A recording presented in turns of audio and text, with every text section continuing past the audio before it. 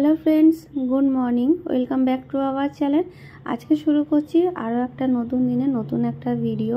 তো এখানে হচ্ছে আমি তো রান্না বসিয়ে দিয়েছি, আর তার আগে হচ্ছে বাবা চা আর রুটি সেঁকে নিল, যেরকম ওরা প্রত্যেকদিন সকালে টিফিন করে থাকে ঠিক তেমনই।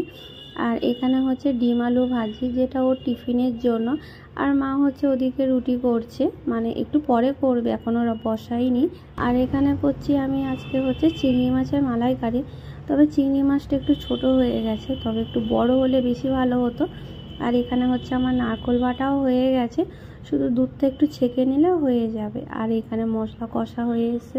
কদিন ধরে একটা সমস্যা হচ্ছে, জানি না কেন, রান্নাতে তেলটা একটু বেশিই পড়ে যাচ্ছে প্রত্যেকটা বার। যেমন হচ্ছে চিংড়ি মাছের তরকারিটাই হয়েছে। এবার হচ্ছে আমি ঘর দোরটাও পরিষ্কার করে নেবো, আর ও হচ্ছে সানে গেছে।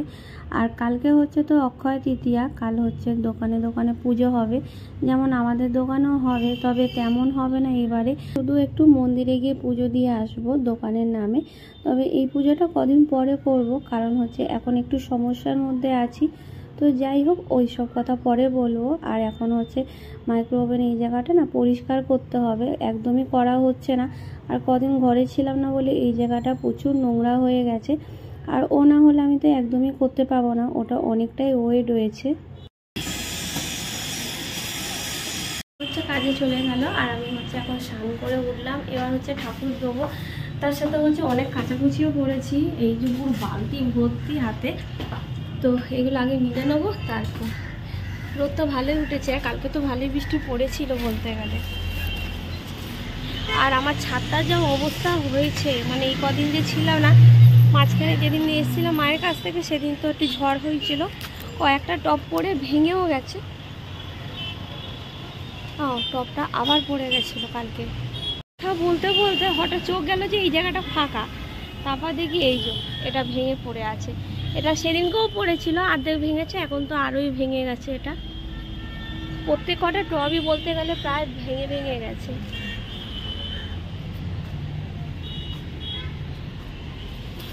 আর এই হচ্ছে ছাদের অবস্থা, মানে যাচ্ছে তাই, মানে ছাদ পুরো নোংরা হয়ে গেছে একদম।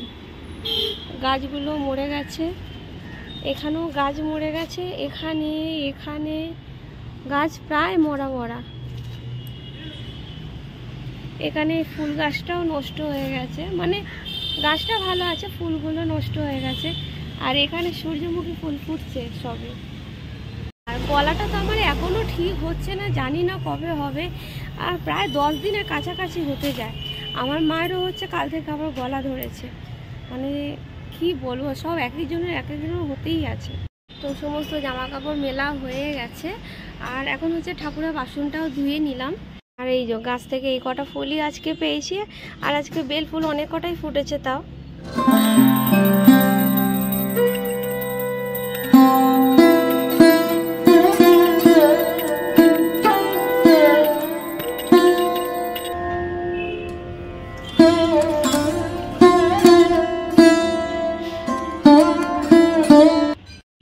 কাজে যাওয়ার সময় হচ্ছে আমাকে গরম জল করে দিয়ে গেছিলো, ঠান্ডা হয়ে গেছে, খাওয়া হয়নি। তাই ভাবলাম যে একবার ঠাকুর দিয়েই তাহলে খাই। এই হচ্ছে গরম জলটা আবার গরম করছি, এত কাশি হচ্ছে।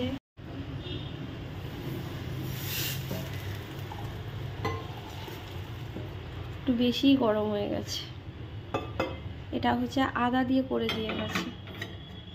এটা খেয়ে নিয়ে এবার হচ্ছে দোকানে যাবো। তো এখন হচ্ছে আমরা বাজারে এসেছি ওর কাছ থেকে আসতে। আর কাল হচ্ছে অক্ষয় তৃতীয়া, কালকে হচ্ছে মানে অক্ষয় তৃতীয়ার দিন আমাদের দোকানে পুজো দেওয়া হয়। এবারে হচ্ছে তেমন হচ্ছে না, তবে হবে একটু দেরিতে, বলতে গেলে 3 মাস মতন হাতে সময় আছে। উল্টো রথের দিন ইচ্ছা আছে সেদিন করবো, কারণ হচ্ছে একটু সমস্যা আছে।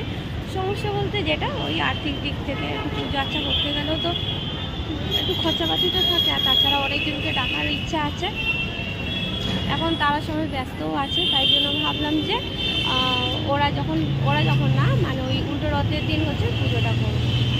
আমার তো মনের মধ্যে সেই ইচ্ছাটাই আছে। কিছু সবজি বাজার করতে হবে, আর তার সাথে হচ্ছে একটু ফুল মিষ্টিও নিতে হবে কালকের জন্য।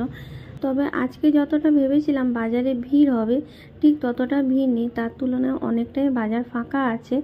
আর এখানে হচ্ছে সবজির দাম আজকে যত না, তার চেয়ে বেশি দাম হচ্ছে ফুল আর মিষ্টির দাম। আজকে অল্প কটাই ফুল নিয়েছি, তাই 200 টাকার এখানে ফুল হয়ে গেছে। অথচ সেদিন হাওড়া থেকে ফুল এনেছিলাম অনেক কটাই, তাই 60 টাকার ফুল হয়েছিল। তো যাই হোক, আর এখন হচ্ছে মিষ্টি নেবো কালকের জন্য। তবে মিষ্টির দোকানে কিন্তু ভালোই ভিড় ছিল, অনেকক্ষণ দাঁড়িয়ে থাকতে হয়েছিল আমাদের। এমন সময় দোকানটাকে ফুল দিয়ে সাজানো হয়।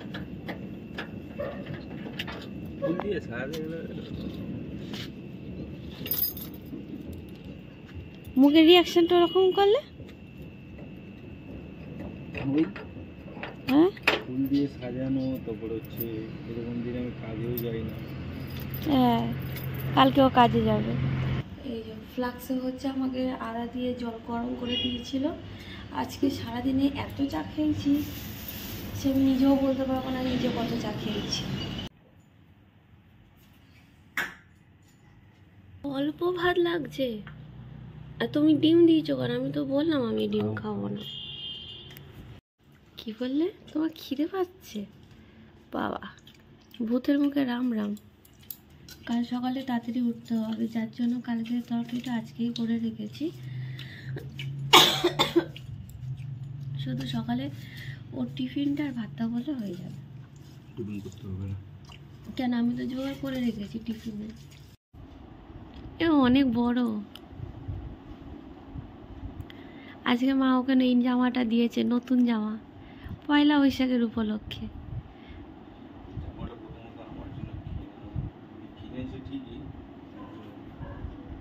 বুঝতে পারিনি,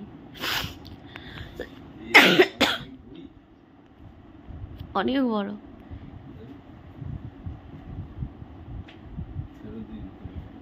হ্যাঁ, ফেরত দিয়ে দিও, এক সাইজ ছোট লাগবে।